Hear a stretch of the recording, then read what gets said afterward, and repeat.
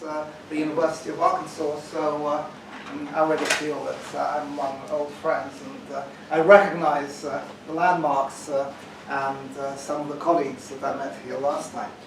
Okay, so as Nadia said, I'm interested in the interactions between Russian and Western culture, and both Aleksandr Solzhenitsyn, the Nobel Prize winning Russian author, the man who wrote the Gulag Archipelago, and rock music embody these connections.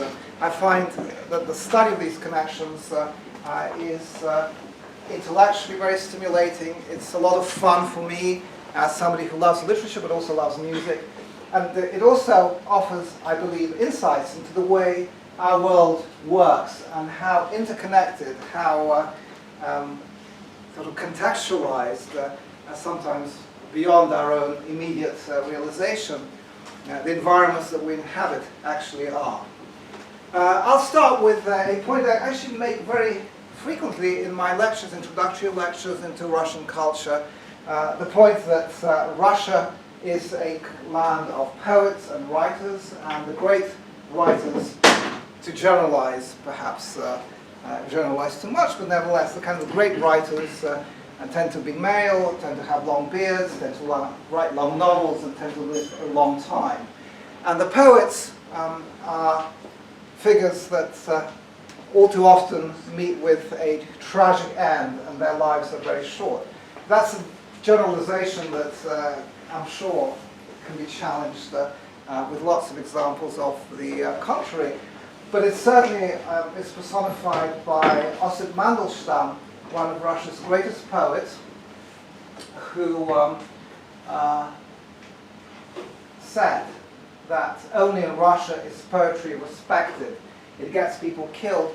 And his life story confirmed this most tragically, because he found himself the object of the interest of the secret police after he wrote a classic poem that depicted Joseph Stalin as the terrifying monster he was.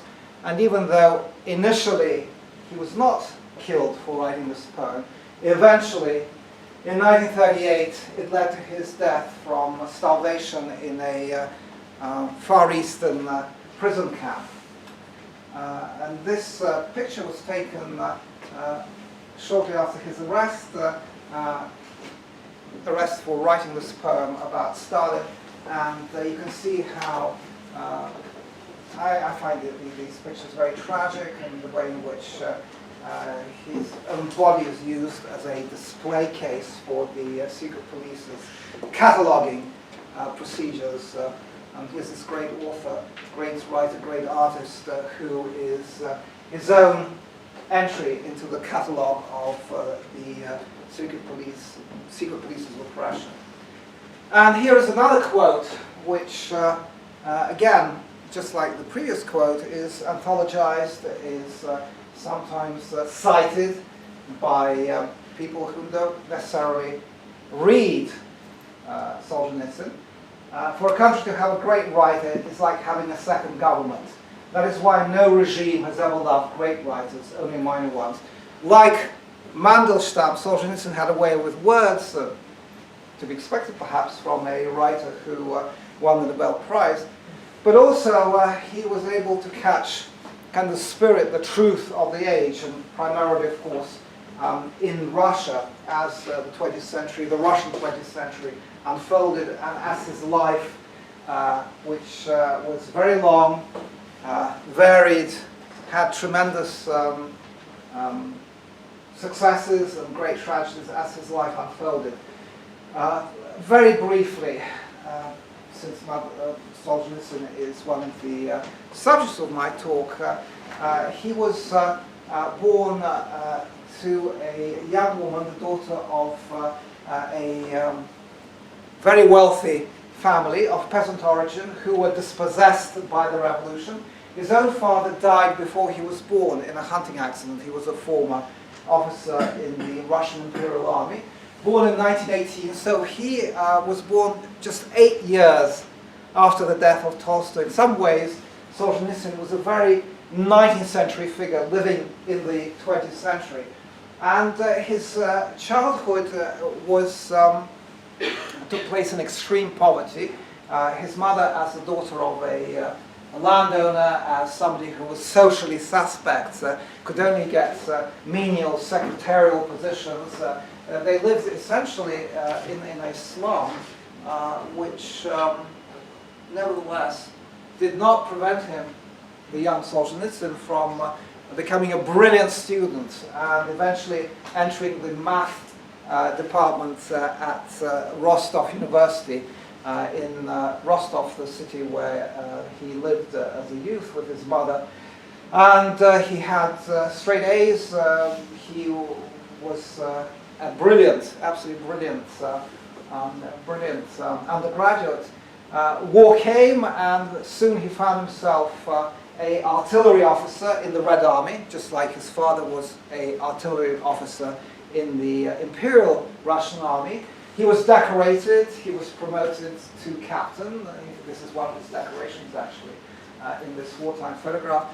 And he was arrested for criticizing Stalin in a private letter he wrote to a college friend of his who was fighting at a different sector of the Eastern Front in 1945. And he was stripped of his rank. He was transported to Moscow and given a kangaroo court trial and sentenced to 8 years in prison, which was, by the way, for that time and that place, a very lenient sentence. People who were charged for the same events, the same crime, found themselves earlier or later, found themselves either executed or given 25 years in jail in a concentration camp. But nevertheless, he found himself in the Gulag, a word, by the way, which we owe to Solzhenitsyn, because he brought it into the Russian language as well as many other languages, English. And he was, at first, because of his mathematical gifts, employed in a secret research institute, or if you like, science prison. And later, after he decided that he could not continue collaborating with the system in this way, he was sent to a labor camp in the interior of Russia, in Kazakhstan, where he worked as a manual laborer. He contracted cancer in this labor camp, and he was operated upon in the camp hospital, seemed to get better, but upon his release from the camp and his banishment into what was known officially as perpetual exile, the cancer returned. It was a cancer of the groin, and he was given 3 weeks to live. He was completely certain that he was going to die. The doctors told him that he had only, less than a month of life left. He was already a writer, not a published writer, but he had been writing as a young officer at the front. And even in the camps, he possessed an amazing memory. He committed to memory thousands and thousands of lines of verse for mnemonic reasons in order to remember what he was writing. He composed his works in the camp in verse form. And he felt devastated, not only because he was going to die, he was still a young man in his early 30s, but also because all this writing, which was meant to commemorate the suffering of the prisoners, was meant to show the truth about the Gulag, all this writing was going to disappear with him. And so he spent these days that he thought were his last days feverishly writing down everything he had composed in the camps, putting it in jars, bottles, glass, and burying him in the ground around the little hovel that he inhabited in his place of exile in Kazakhstan. but he recovered, and again, I'll talk a little bit more about his life after his recovery later. But of course, if you, at the age of 33 or 34, are given a death sentence by the doctors, and then you go to a hospital, an oncological clinic in Tashkent, the capital of Uzbekistan, and through the dedication of the doctors there and your own kind of self-belief and your own amazing physiological strength, you recover, and you recover completely. The cancer never returned, he was cured. You will decide that there was a reason for this. And the reason that he felt he was given this second chance at life was to tell not just Russia, but the whole world, the truth about the Soviet system of oppression, the truth about the camps, and the truth about, as he saw it, the total evil of the communist system. So Solzhenitsyn was one of Russia's, what I call, writer prophets. Leo Tolstoy, who is on the left, and Fyodor Dostoevsky is on the right. Leo Tolstoy, of course, famous for his novel War and Peace, and Anna Karenina, which followed. Tolstoy was a figure that transcended literature. He was one of the first world celebrities in the modern sense. A correspondent of Gandhi, for example, a hero to Thomas Edison, the inventor who sent him one of his inventions, the phonograph, which Tolstoy used. Somebody who was filmed, who was photographed, whose marriage, very unhappy marriage, was fodder for the broadsheets and the gossip columns of the late 19th and early 20th century.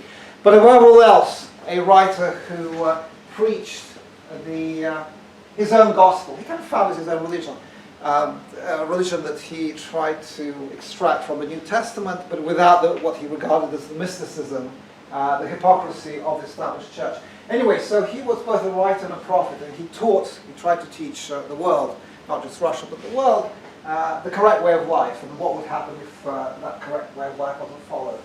Dostoevsky, a very different kind of writer, one who was preoccupied with the extremes of the human condition, with extreme characters, extremely good, extremely bad.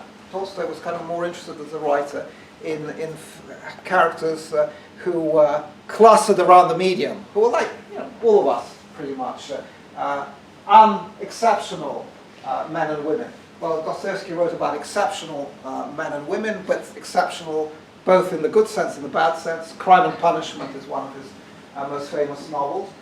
And he too had a message. His message was that the world was the playground of evil, an evil, moreover, that was triumphant, that was rampant, that was showing off its power to a stunned audience, and that evil could only be confronted by a strong Christian faith, and that Russia, Dostoevsky believes, was the repository of that faith. And he again influenced many writers. He influenced Russian culture, Western culture. He was one of the gurus that Friedrich Nietzsche, the German philosopher, followed. And that's what Solzhenitsyn, that's the category that Solzhenitsyn belongs to, the category of the writer-prophet. This is a picture which shows him in this mode of addressing the world. It's taken in 1978 when he gave his Harvard commencement address, in which he, by then exiled in the United States by the communist authorities in the Soviet Union, he told the world that communism was a kind of Dostoevskian evil, triumphant, engaged in a successful assault upon the values of decency and kindness and faith, and at the same time he said that Russia, despite being a communist country, was more spiritual, less material, less interested in money and consumer goods than the Western world, which he thought was corrupt and weak. Turned out that that wasn't quite the case, but very often prophets like Tolstoy, like Dostoevsky, like Solzhenitsyn are wrong in the details. They are wrong in perhaps their evaluation of particular events or particular aspects of their society or other societies. But they're right to draw the attention of their readers to the flaws, to the problems, the conflicts that the world is suffering from. So this is actually a picture of Solzhenitsyn in exile, just as he was about, as he thought, to die of cancer. You can see how gaunt he is. And this is a man who's barely 30. He looks 20 years older. This is one of the heights of Solzhenitsyn's career when he receives the Nobel Prize for Literature, which he was awarded in 1970. But being, at that point, resident in the Soviet Union, he was unable to receive it because the authorities threatened to refuse him entry back into his own homeland, his own country, and so he had to wait for 4 years before he could collect the prize. I want to mention another point because, as Nadia mentioned, I'm interested in these links between the literature, the music, the culture of Russia and the world that we live in, the Western world, the American world. And Mikhail Bulgakov, who's the author of The Master and Margarita, a cult novel in Russia, and one that's also pretty well known outside of Russia, and Solzhenitsyn's favorite author. An example. I call these cultural transfers. In this case, you all know the Rolling Stones, and whether you listen to or not to their music. And by the way, I find that, strangely enough, the students I teach at the University of Illinois tend to listen to exactly the same music, not even their parents listen to, but their grandparents listen to, which I think is really bizarre, but anyway. So a lot of them like the Rolling Stones, and I explain here that Sympathy for the Devil was informed, shaped by, inspired by Mikhail Bulgakov's novel Master and Margarita, which describes the visit by Satan, essentially, to the Soviet Union, to Moscow in the 1930s, at the height of Stalin's terror. This is an edition of the Master and Margarita recent translation. Whereas Solzhenitsyn hated rock music. He was a conservative figure in his political pronouncements, but also in his cultural tastes. And in an interview he gave to David Remnick, an American reporter, now the editor of the New Yorker magazine, when David Remnick asked him, well, what do you think about Václav Havel, a famous dissident, another author, an artist, playwright who was Czech and who eventually became the first post-communist leader of Czechoslovakia and then the Czech Republic, and who loved, by the way, the Rolling Stones, and even invited them to perform in Prague. When Remnick asked him, well, what about Václav Havel and his belief that rock music was a kind of liberating genre, Solzhenitsyn ignored all that and said, it's essentially cultural sewage which flows under the Iron Curtain, and he said the communists were never very good at building things, and even the Iron Curtain they constructed in a way that left a opening beneath it for this sewage to flow into Russia to pollute the minds and the bodies of Russian youth. They hated rock music. And I don't really blame him. In fact, I think it's actually would be really weird and wrong for somebody who was born in 1918 and who was kind of more like Tolstoy and Dostoevsky than Havel. Somebody like that to actually say, oh, I love to groove to the Rolling Stones. That's kind of wrong. But, interestingly enough, and this information I got when I was doing research on my book, from Ignat Solzhenitsyn, Aleksandr Solzhenitsyn's middle son, who's a classical musician, a concert pianist, the director of the Philharmonic, of the Philadelphia Philharmonic Orchestra, and obviously classical music is what he loves. But he told me when they were growing up in Vermont, because Solzhenitsyn, after he was expelled from Russia, he and his family settled in Vermont, Bernie Sanders' land, by the way, although Solzhenitsyn would have hated everything that Bernie Sanders stands for. Anyway, and so they lived in Vermont for a good 20 years, and the kids, they were born in Russia, but they were tiny. They were toddlers when they came to the United States. And what did they do in the United States? They went to American schools, high schools, and they had American friends, they had entirely American life experiences as kids. And Ignat told me this is the music they listened to in the house while Solzhenitsyn was writing his epic of World War I and the Russian Revolution, The Red Wheel, which is now being published in English finally fully. His kids listened to Black Sabbath by Black Sabbath or Metallica, and I asked Ignat, said, well, your father hated this kind of music. What would he do when you played it? And he said, and Ignat told me, well, he just asked us to turn it down a bit. Just like any other parent, in other words, any other American parent, except that Solzhenitsyn was 50 years or more older than his kids, because they were born to his second wife, Natalia Svetlova. They were born when he was actually already a world-famous author. In fact, he had already received the Nobel Prize. And he actually did not believe, and this is one of the great happinesses in his life, he didn't believe that he could ever have children. Because when he was treated for cancer, the way they treated cancer in those days in Russia or in the United States, cancer of the groin, was by subjecting it to X-ray bombardment.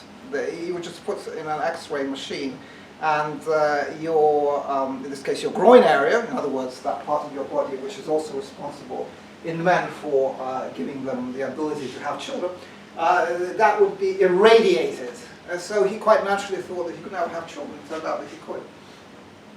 So going back to this time when Solzhenitsyn was still a completely obscure figure, a former prisoner, he falls ill with cancer, Joseph Stalin dies, and the ideology begins to die together with to wither away. After Stalin's death, the government, the regime became less repressive. It was still a totalitarian state, but one that no longer relied on naked terror. And it was a state regime that allowed, reluctantly, it allowed a certain measure of freedom or autonomy for its opponents to operate in.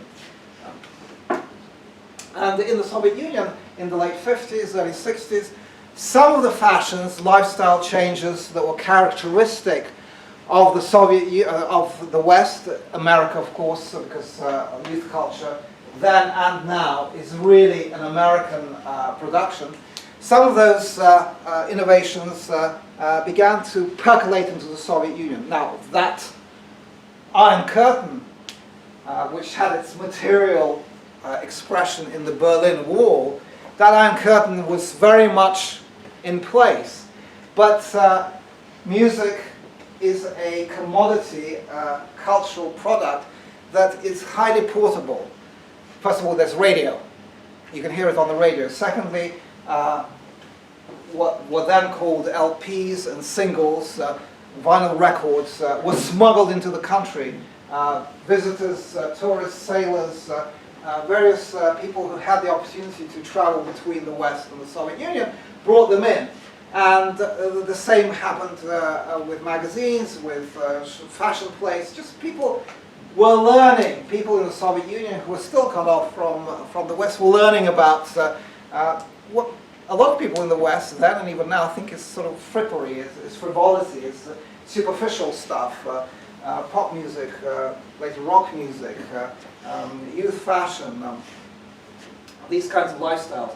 But they helped young people in Russia to express themselves, to differentiate themselves from their older generation, and also to be themselves, to carve out within this still pretty stultifying environment, a controlled environment, a small area of personal autonomy, self-sovereignty, an area where they could do things which were not ideologically dictated to them.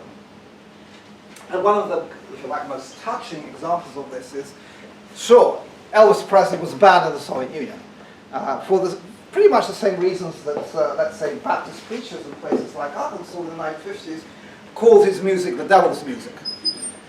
It was shocking to a particular cultural mindset, which, interestingly enough, conservative American politicians and religious figures in the 50s and 60s shared with their atheistic communist counterparts in the Soviet Union.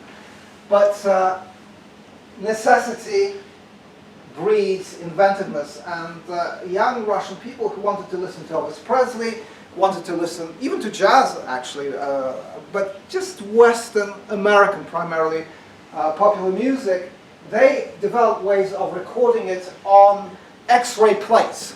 That's why this system is called pop music on the ribs or on the bones.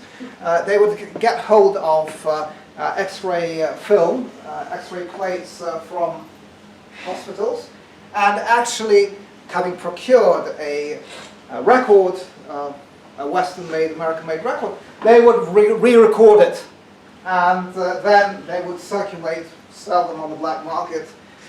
They would circulate these self-made recordings, and obviously no royalties were paid. And then in the early 60s, the Soviet Union, which was becoming slowly and in a clunky kind of central planning sort of way, was becoming a consumer society, began to produce first these spool tape recorders, and this is one which actually a friend of mine in Russia, I remember, had for many years. It's called Jupiter. And then cassette recorders, much smaller, much easier to carry around. And kids, your age, use them to record all the groups that were, and singers, individual stars that were popular in the West. And in this way, Western pop culture, rock music later on, became pretty much part of the daily lives of millions of young people in the Soviet Union, even though it was officially not so much banned, but kind of ostracized, prevented from being part of, officially, from being part of people's lives. So this practice of circulating, of listening to recordings of Western or even Russian later on rock groups and pop stars was called magnetizdat in Russian. These are actually Soviet-made cassettes which look as cumbersome as they were low quality, but nevertheless they did the job. And the figure that was particularly popular during this time was Vladimir Vysotsky.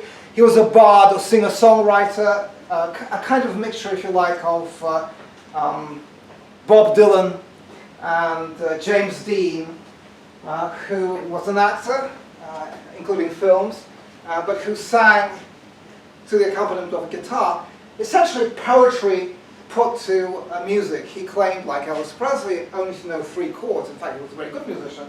But that was also, this is the only record that was officially released in the Soviet Union, and that was after his death. But he wrote some 800 songs, and these were circulated among millions of people. He was the only cultural figure that was popular both with academicians and alcoholics, communists and dissidents. He had universal appeal. Do I have time to? How are we doing time-wise? Yeah. Yeah. I'll play a little bit of this. So let's see.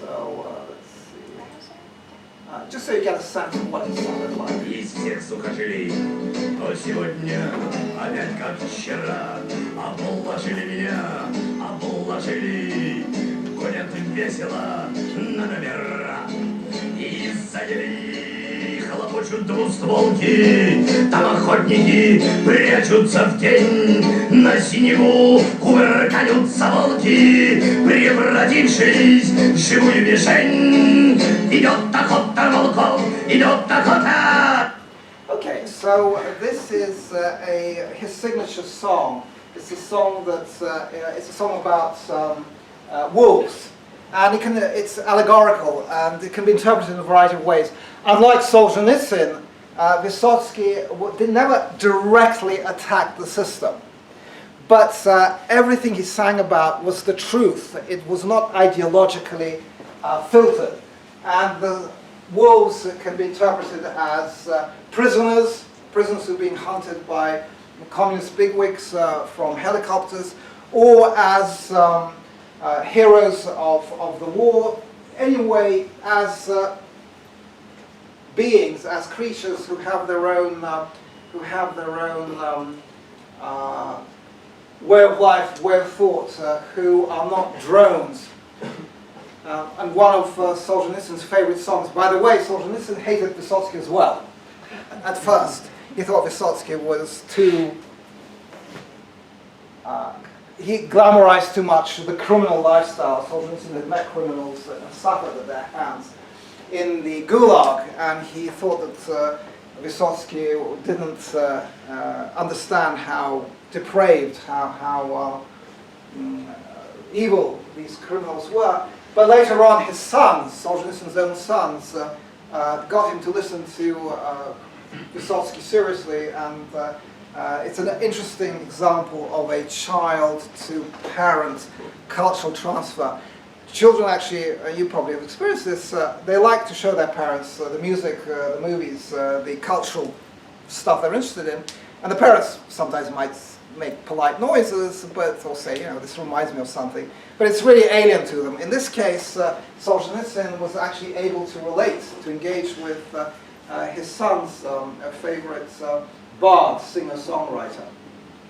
So this is, in the 1960s, Solzhenitsyn finally became a published author, and his books, although his first few stories were published legally in the Soviet Union, by 1966 he was banned for all kinds of reasons that had to do with both the content of his stories, because he wrote about the oppression under Stalin. He refused to use literature as an advertisement for the Soviet way of life, which is what officially published Soviet writers were expected to do. But also because he had a mission, and his mission was to commemorate the memory of, to commemorate the experience, the fate of the millions of people who suffered and died in the Gulag, to tell the truth about Soviet history, the truth that had been suppressed for decades. And that could just not be allowed by the authorities.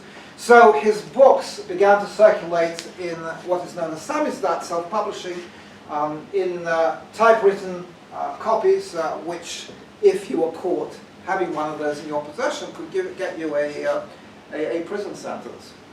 This is actually the journal where his first story was published. It's a One Day in the Life of Ivan Denisovich, perhaps his most famous piece of fiction, which is brilliant because it tells the story of the Gulag from the perspective not of an intellectual, a general, a party administrator, member of the elite, but an ordinary Russian peasant who is not at all political, who was a Red Army soldier and who was arrested on a trumped-up charge and sent to a camp for 10 years, and who still doesn't understand exactly why he's in the camp, but who survives, who's able to live with dignity and live as a good person in a man-made, snow-covered, ice-ridden hell.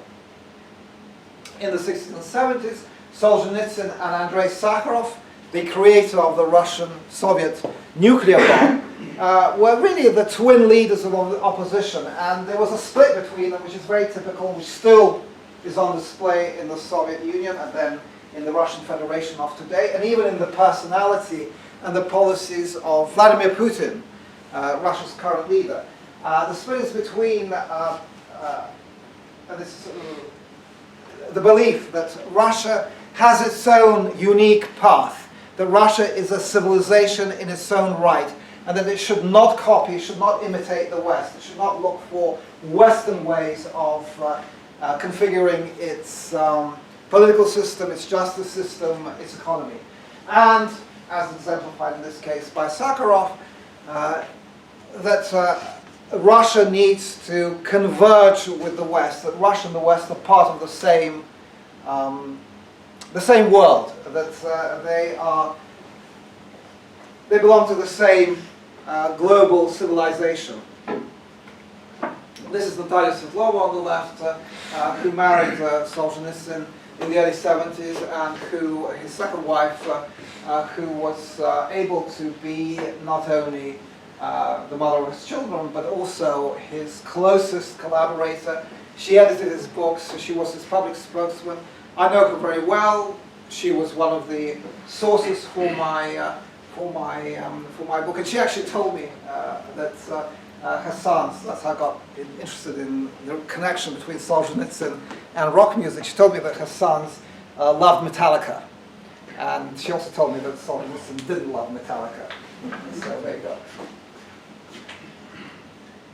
Golan Archipelago, which is probably the greatest book that Solzhenitsyn ever wrote, I think it's one of the greatest books of the 20th century, is a 3-volume history of the Soviet prison system, which actually was published after Solzhenitsyn got the Nobel Prize for Literature in 1970. And this book really changed lots and lots of minds. It was banned, obviously, in the Soviet Union, but outside the Soviet Union, for example, in France, it was the main reason why the French intellectual elite, which was largely pro, if not Soviet, then certainly pro-communist, left-wing orientation, became repulsed from the message, the ideology of communism. And it had the same effect all over the world. It was very much a bestseller in the Western world, in the United States. And to this day, it's available, by the way, not only in this 3-volume massive kind of edition, but also in a 1-volume abridged edition.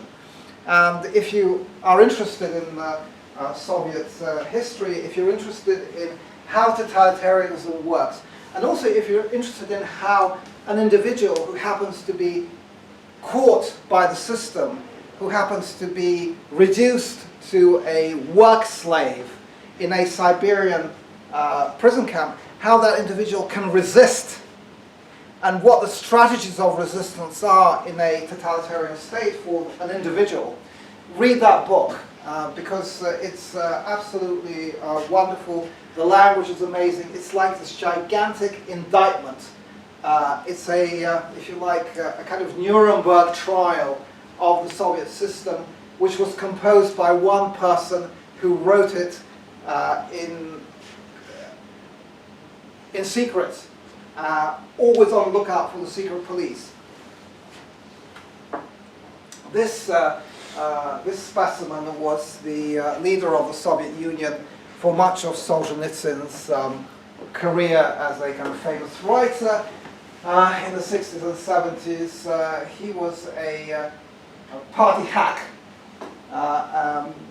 not a particularly bright person, and somebody who had one thought, and that is to keep things as they are, not to change anything, so that the system, he thought, could survive for as long as it could.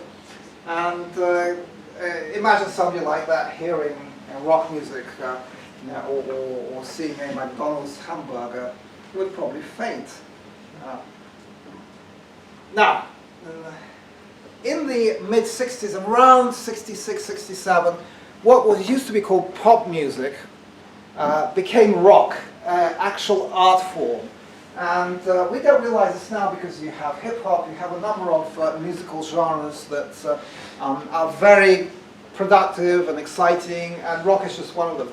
But in the 60s, rock became the genre for self-expression. Young people, remember in the West, it's the time of the Vietnam War, it's the time of the sexual revolution, new lifestyles, new ways, new relationships with the older generation, with a political dimension, all this has a political dimension, occurs.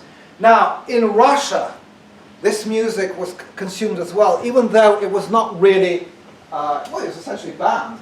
But it was consumed, people listened to rock, this new art form. And an example of this, and it kind of expanded people's horizons, made young people feel that they were part of a global generation.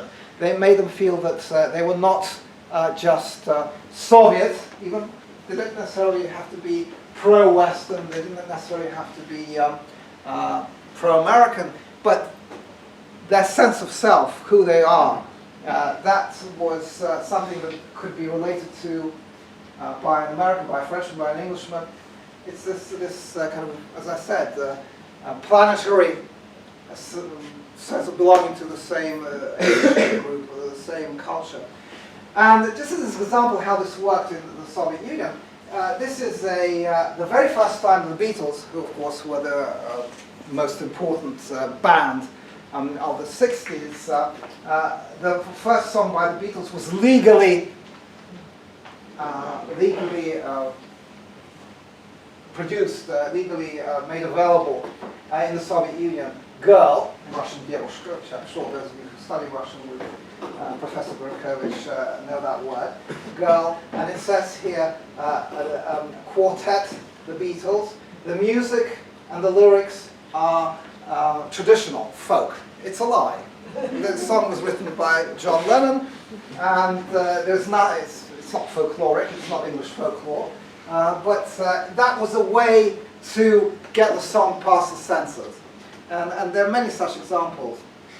Now I move on to the Russian rock scene, which begins around the time that Sgt. Pepper is released, begins when rock music establishes itself as a real genre.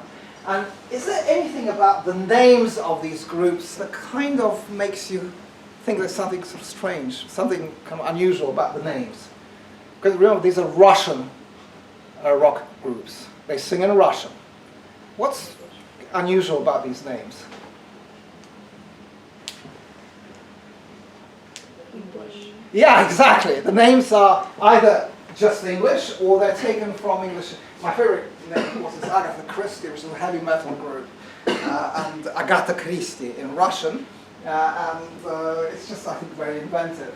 But the two most important groups were Machine of Renew, Time Machine, and Aquarium. Time Machine was named after the novel by H.G. Wells, and actually in Russian, Время, Машина времени, but in English, Time Machine. It was Moscow-based, and Aquarium was Petersburg. Машина времени billed as the Russian Beatles. Aquarium were more kind of, how shall I put it, they were more literary, they were more, if you like, highfalutin. Their leader, Grebenshikov, believed in, or rather was interested in Buddhism. He was a kind of, like a sort of George Harrison figure, if you will. But anyway, and at this point, the Soviet authorities realized that their young people are listening to this alien music, and how are they going to control this new interest? Well, they thought they would have their own pop music or rock groups, and this is a group called the Jolly Fellows, and they all had these really dorky names like Jolly Fellows or the Vitamins, or the song, the sound of a song. They're kind of really bland. It's a kind of name that only a middle-aged hack would come up with. And some of these groups were really bad, and some of them were actually not bad at all. But they were not as popular as their Western counterparts. The first rock album, concept rock album, legally, officially produced in the Soviet Union. And again, it shows how rock music sort of insinuated itself into legal Soviet culture. David Tukhmanov was a well-known producer, composer, and arranger. And what he did was he took poems by classical French, German, Polish, and Russian poets and put them to music. And in this way, he was able to satisfy, if you like, the snobbery of the censors. Say, oh yeah, it's rock music, but it's rock music which uses for its lyrics the great works of world literature. Time Machine on the left. Oh, actually, yeah, Time Machine. This is when they started in Moscow, I think just after they finished high school. And this is when they are kind of imitating the Beatles with these suits and even hairstyles. Later Beatles, of course. I'll play this a little bit later if we have time, but their sound is kind of like the Beatles. It's essentially middle-of-the-road rock. And this is Aquarium, who are more musically adventurous, more, if you like, culturally innovative, and their leader is the man in the middle, very charismatic, Boris Grebenshchikov. Again, if I have time, I'll play this later. And this is Grebenshchikov on the left and Makarevich on the right, so the two leaders of, respectively, Aquarium and Time Machine. Neither group was allowed to produce a record in a studio. So what they did was they would have albums, just like a Western band, but these albums would be recorded in somebody's apartment on a tape deck, and would then be circulated in magnetostat. And so young people would listen to them, would swap these recordings, so they would be bought and sold, but it was all done on the black market, or if you like, the grey market.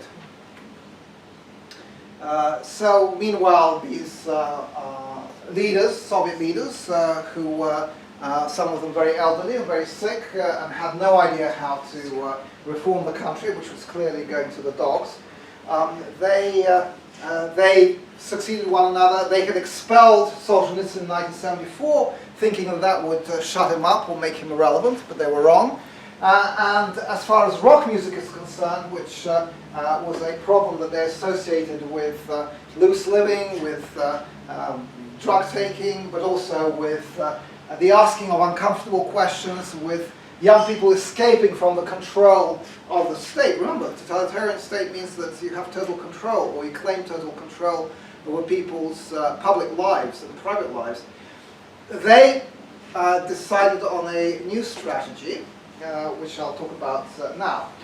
So we're now talking about the 1980s. This is Kino, one of the successor groups to Time Machine and Aquarium, if you like, second generation group, with their very charismatic Russian-Korean frontman, Viktor Tsoi, who died in 1990 in a car accident. And they were much more directly anti-Soviet or critical of Soviet reality than Time Machine or Aquarium. Time Machine and Aquarium were kind of like Vysotsky. They sang the truth. They engaged with the experiences of young people in the Soviet Union, but without an overt political message. They implied, they alluded, they didn't state outright. These people were much more straightforward. They just sang about, the Kino sang about the misery, the poverty, the drudgery of urban life for young people, and how young people are forced to do things that they want to do by older people in power, like Brezhnev and Andropov, the Soviet leaders. Again, I can play that later if we have some time. And then perestroika takes place. Mikhail Gorbachev, the reformist Soviet leader, comes to power. He opens up the system.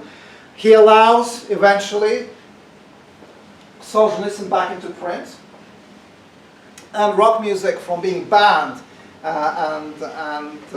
or controlled by, or attempted to be controlled by the state, becomes part of the cultural scene. And one of the saddest clips I've ever seen on TV involved Gorbachev, the Soviet leader, the winner of the Nobel Prize for Peace, who in 1991, a few days before he had to resign the Soviet presidency because the Soviet Union was collapsing all around him, received in his office in the Kremlin the German hard rock group the Scorpions, very well known, I'm sure you all know about it, who were there to present Gorbachev with a replica of the gold disc they got for their hit song "Winds of Change," which was about the reforms in the Soviet Union. And it was quite obvious to me. I was actually watching this live on TV that Gorbachev had absolutely no idea who these people were and why they were giving him this object and what it meant. And it was kind of sad because he was so irrelevant by then. But there you go. It's a kind of, if you like, coda to Gorbachev's time in power. Whereas Solzhenitsyn, interestingly enough, did not return to the Soviet Union or to post-Soviet Russia, even after his books were published. They were published in the Soviet Union before the Soviet Union collapsed under Gorbachev. They were already being published, but he didn't come back. He only came back in 1994, 3 years after the collapse of the USSR. And not everybody thought that that was the right thing for him to do, to come back so late. The reason he came back so late was because he said that he wanted to finish this epic 10-volume history series of novels about World War I and the Russian Revolution, titled The Red Wheel. But then he came back, and by then the post-Soviet countries, Russia was in a state of collapse, poverty, the mafia, various political and criminal clans fighting out, trying to carve out bits of the newly privatized economy. Solzhenitsyn was dead set against what was happening. He thought it was a disaster. He thought that Russia should not have introduced full-fledged capitalism, shock therapy in such a brutal way, and he spoke his mind to the Russian president, Boris Yeltsin. And Boris Yeltsin is a very interesting figure. We don't have time to talk about him right now, but he was a kind of larger-than-life adventurer, if you like, a former Soviet boss, communist regional boss, who reconfigured himself as a pro-Western Democrat. And the way in which Solzhenitsyn summed him up, and he had a way with words which, for a writer, is to be expected. He's very Russian to Russian. Is, I think, the best summary of Yeltsin's character anybody ever came up with. And now we come to the conclusion of my talk, and this kind of rather controversial aspect of Solzhenitsyn's later life. So he lived in the in post-Soviet Russia, criticized Gorbachev, criticized Yeltsin. But when Putin came to power, he expressed approval of Putin.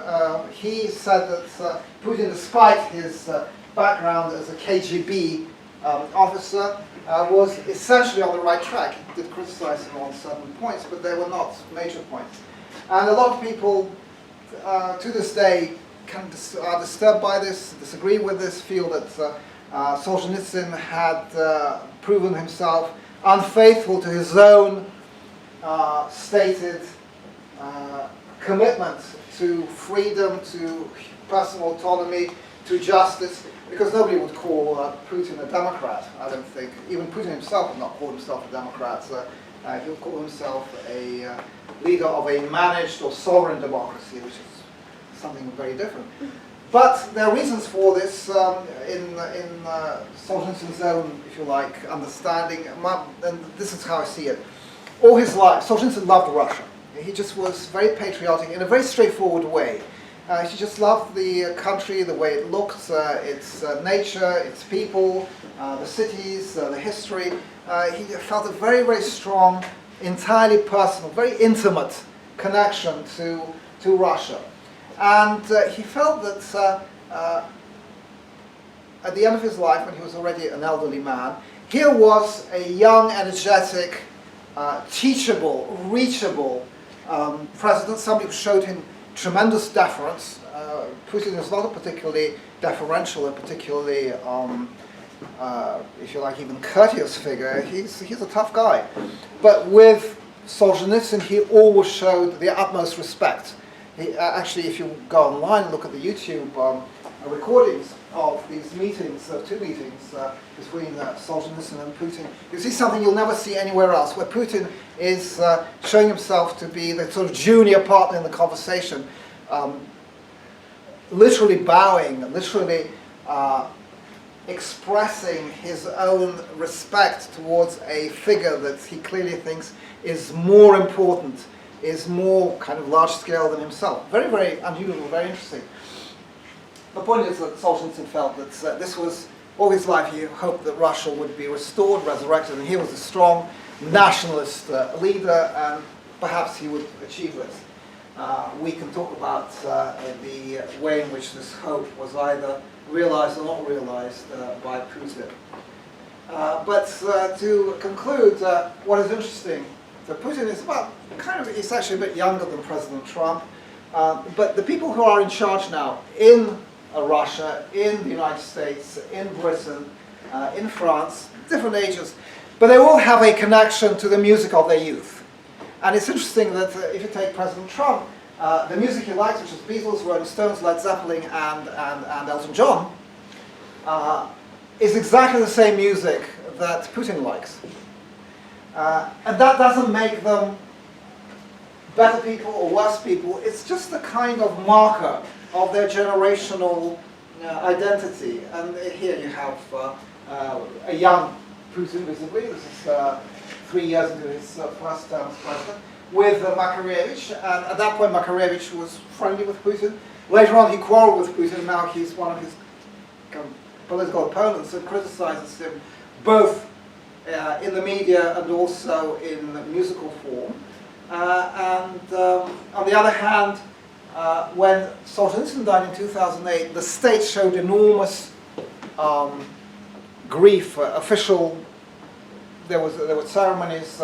Solzhenitsyn was officially the kind of Russian literature's patriarch in residence, but it left the population as a whole kind of strangely unmoved. It's a contrast to the way Solzhenitsyn was seen even in the early 1990s as a possible future leader of Russia or president. It's like time had passed him by. And partly it has also to do with the fact that these days in Russia, literature is no longer as important as Mandelstam and Solzhenitsyn himself believed it to be. And here is the same figure, Medvedev with Deep Purple, the English rock group. His favorite group is not Deep Purple, it's Black Sabbath. But it would have been impossible to bring Ozzy Osbourne and his mates to inaugurate. Can you imagine Ozzy Osbourne in Moscow at the inauguration and what he would do? Well, you all know what he's like. Maybe people would watch. And finally, here is those of you who had a very enjoyable lunch with some of you earlier today and talked about Timati a little bit. Here it's kind of sad actually, because it's always sad when a middle-aged politician tries to show himself to be with it, to be able to participate in sort of youth culture. Timati is, despite his appearance, he's not black.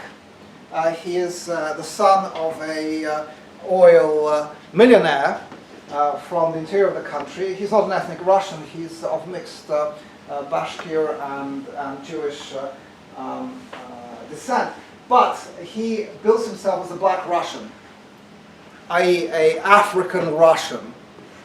And something that in the United States he would not be allowed to get away with, but in Russia, of course, that's seen as perfectly okay. Here he's actually teaching, he's sort of gangster rapper kind of image he gives. He's teaching, this is why it's sad, he's teaching Putin to throw gang signs, which Putin is trying to do there. But as I also said, largely it's nothing, not everything is the way it seems, because yeah, he is a fake gangster, gangster rapper, but also he is a campaign against racial profiling and racial persecution, ethnic xenophobia in Russia. And in Russia, the term black is used to describe not only people of African descent, but also anybody who's non-Caucasian. So, for example, Chechens, other people from the Caucasus, people from Siberia, native Siberians, they're all collectively referred to as black. And so by calling himself a black Russian, he's also taking a stand against this kind of ethnic intolerance. Okay, so that's my presentation. I hope I covered all the bases, and I'm very happy to answer any questions that you may have. Good, thank you.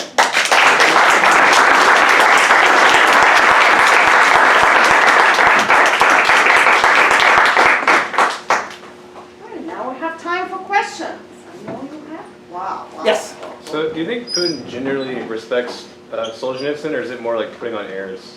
Oh no, I think he genuinely respects Solzhenitsyn. I did a lot of work on this. I not only looked at Putin's kind of official statements, where he says all the right things about Solzhenitsyn, compares him to Nelson Mandela, talks about how Solzhenitsyn is a model of literary genius and patriotism and everything else. But I've actually also looked at Putin's programmatic writings and speeches. And he does borrow ideas from Solzhenitsyn, what Solzhenitsyn called patriotism, what Putin's and Solzhenitsyn's critics call Russian nationalism, but this whole notion of a strong national state, and one that is based on values that are not exactly the same, they're related to, but not the same as those of the Western democracies. That's something that Putin got from Solzhenitsyn. So if you like, you could say that if you want to understand even this whole thing with the annexation of the Crimea, with the intervention by Russian forces in eastern Ukraine, it's a, if you like, exaggerated version of Solzhenitsyn's own belief that Russia, Ukraine, and Belarus are essentially the same people. Now, a lot of people from those countries would disagree with him, but that's what he thought. Sure. Yeah. No, they're not. Well, no, of course, yeah, and I agree with that, but a lot of Russians would disagree with you and with me, as you know. Yes. So you mentioned that Sakharov and Solzhenitsyn, they disagreed in like kind of Russia's identity as a Right. racist identity. Did that have anything to do with their occupation, with Sakharov being a scientist wanting to more merge with Western ideas, and Solzhenitsyn being a writer wanting to make something uniquely Russian? I don't know whether it was a kind of professionally determined disagreement. Remember that Solzhenitsyn himself was a mathematician by training. And he's one of those unusual figures, essentially a scientist, who became a great writer. There are not many such figures. I think it more to do with the way in which they analyze the world. Sakharov was very aware that science as such there's no Russian science or American science, it's science, right? And Solzhenitsyn, well, yeah, there is Russian literature, there's American literature, there's French literature, they're kind of different. So perhaps you're right in that sense that they had different points of departure. But in the end, it's this division it goes back to Peter the Great, if not before, in Russian society, Russian culture, Russian history, between the belief that Russia is a world unto itself, that it's a different world from the West, or from the East for that matter, and the belief that Russia can only be successful, can only prosper if it joins the West, if it becomes Western. And I mentioned, I think, in my talk that Putin actually combines these two beliefs, because early on in his, like the first 6 or 7 years of his presidency, he was essentially a Westernizer.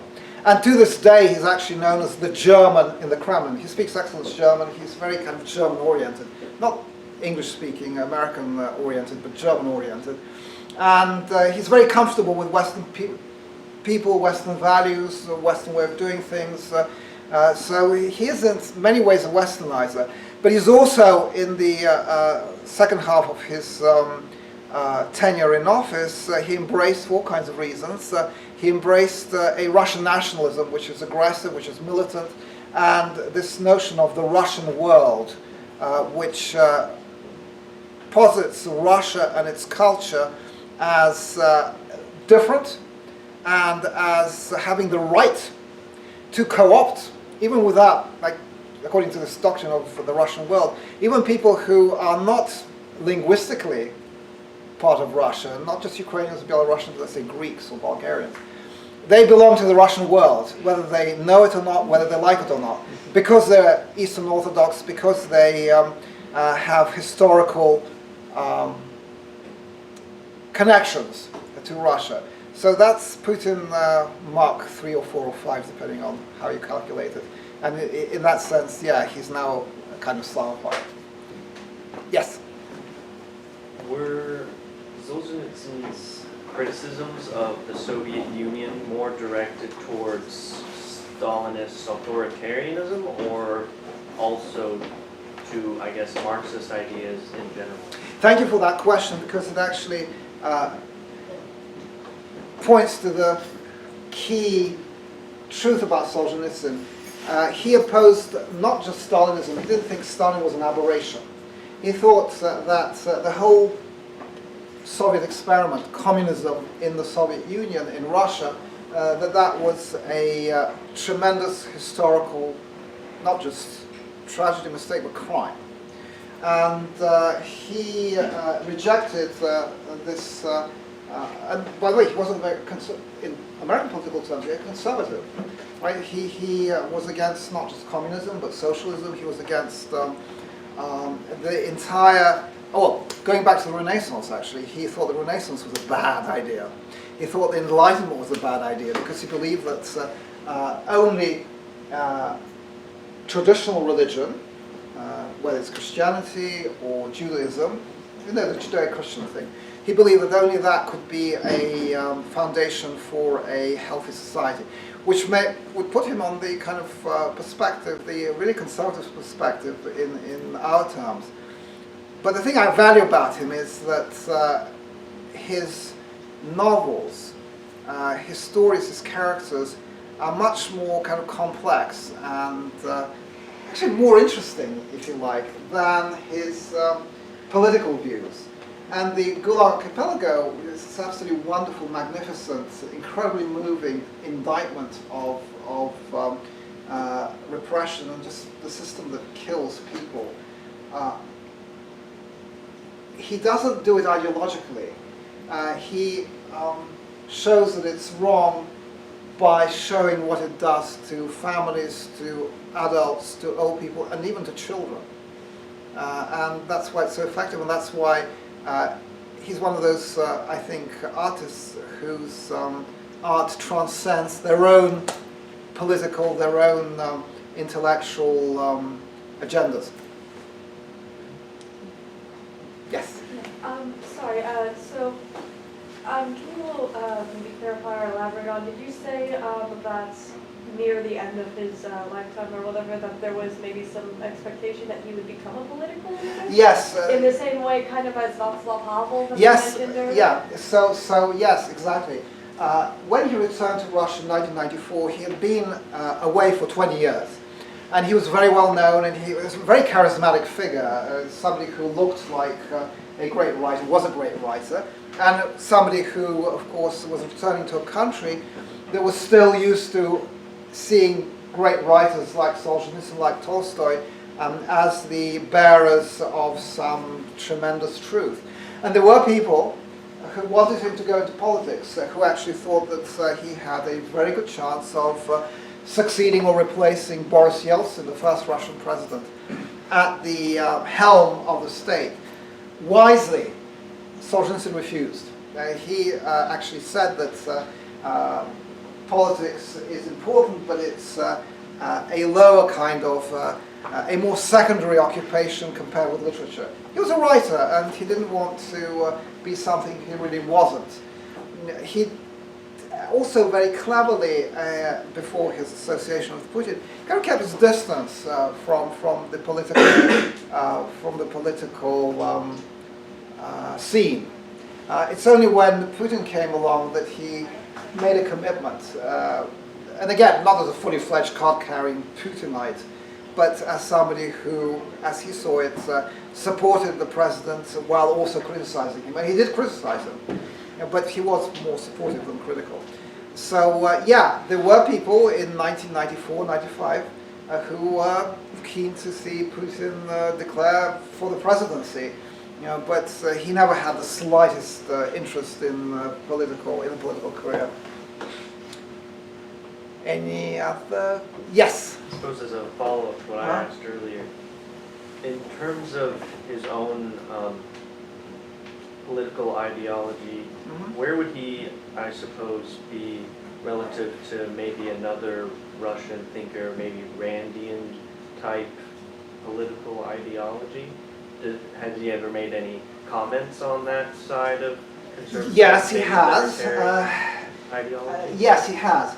So one of the things that, and it's a kind of a weird, or kind of unusual aspect of Solzhenitsyn's intellectual makeup, of his identity as a political cultural commentator, is that he systematically refused, whether rightly or wrongly, and sometimes I think wrongly, but he systematically refused to acknowledge, to borrow from, to quote Western political philosophers, thinkers, unlike, of course, he loved Western literature, Dickens was one of his favorite writers, but as far as changing the Russian political system, the Soviet political system, he believed that you had to do it entirely using Russian ideas, Russian authors, and he resurrected from what I think is well-deserved obscurity, a mid-20th century Russian political scientist by the name of Ivan Ilyin, who's now actually very central to Putin's own kind of propaganda message. Ivan Ilyin was a Russian emigre who first lived in Germany and then emigrated to Switzerland, and who believed that Russia was essentially a country of authoritarian government. Not necessarily a monarchist, but he had a soft spot for authoritarianism. He initially liked Hitler, although later on he said that Hitler was a bad dude. And he tried to offer a kind of Russian program, a set of ideas about how you could create a Russian uniquely Russian political system that would work. And Solzhenitsyn really liked this. I think that Ilyin was a complete mediocrity and of absolutely no value. Really, I'm being harsh, but I think that's true. But Solzhenitsyn respected him. He thought he was important because he was Russian. Because he was looking for a way for Russians to create a new Russian using through Russian ideas. He was an anti-Westernizer. So yeah, that's the answer to your question, I think. And but I can also tell you that this guy Ilyin is not a solution. Any other ideas, questions? I have. Yes. So you call Solzhenitsyn a right prophet. Yes. So I get a feeling that you're biased. Of course I am. Of course you are. So you create an idol, an icon of a person who might not as great as I would say for me a prophet would be Grossman. I think that's a great writer. He's contemporary, who compared to totalitarian regimes. His epic that we're reading like Right. a fake had Solzhenitsyn compared exclusively to regimes. Right. Okay. So a lot of these, I know we've talked about this, Nadia. First of all, when you talk about literature and authors, you're talking about storytellers, and you're talking about different methods, different styles of telling a story. I just, by the way, the reason why I became interested in Solzhenitsyn is because I just love his books. I love his diction, just the way he expresses himself, whether as an imaginative writer or as a political commentator, even when I disagree with him. I just like his style. So the thing about what Grossman and Solzhenitsyn both share is that they are both the kinds of writers that Russian readers, but also Western readers, expected a great Russian writer to be. So you write these enormous, and I know that those of you who've been reading Grossman in Nadia's class probably are impressed by this gigantic book. It's as big as 3 hamburgers, right? And it's these long family sagas where you have a character or several characters who are searching for individual or collective identity against the backdrop of a great war or some tremendous social change. It's the War and Peace, the same kind of formula. And the question is, who is better at it, right? So I have to be absolutely honest that Grossman is not one of my favorite writers. Just because as a storyteller, I don't think he's as good as Solzhenitsyn. But you can argue about this, and I will certainly respect anybody who says that they prefer Grossman to Solzhenitsyn. I'll respect that, and I'll be interested to hear why. All right, but as I said, they also have a lot of things in common. The other thing about Grossman, which kind of gives me pause, is that well, he did want to. I like Solzhenitsyn, I think, and you correct me if you disagree with me, but I think that Grossman, he wanted to kind of square the circle. He wanted to be a Soviet writer, to be published in the Soviet Union, and he conformed in some ways to the Soviet kind of agenda. I might be wrong there, so... Not in the novel. Not in the novel. Okay, yeah, it's quite possible. Mandelstam is also a great prophet. No, I agree, but we're talking about... Babel is a prophet. No, I don't think Babel is a prophet. I think Babel is an amazing storyteller, but I don't think he's going around telling us what it's going to be like 100 years from now. Anticipates the violence. Yeah, The possibly. war. Mhm. But in the end, this is what I love about literature, because it is these amazing storytellers with amazing lives, and we can relate to them as, Nadia and I do, like, even if we've never met them, let's say, people we know and people we like or disagree with or agree with, or we see flaws in their personality, but we admire how they write. It's a very intense and kind of multifaceted, varied relationship, as you would with a friend or a family member, somebody you know. Yes? So what do you think of Shalamov, Whom I prefer? Yeah, and I know, and this is, again, it's an argument I'm so familiar with. So Varlam Shalamov was a Russian writer who spent, I think, 28 years in the Gulag, which is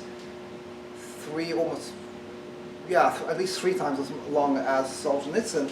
And as Solzhenitsyn himself acknowledged, he spent much of that sentence in death camps in Siberia, not the kind of work camp that Solzhenitsyn was confined to after his 2 years or so in the science prison, where conditions were even better. So his experience was far more horrifying than Solzhenitsyn's, and far longer than Solzhenitsyn's. And Solzhenitsyn acknowledged that.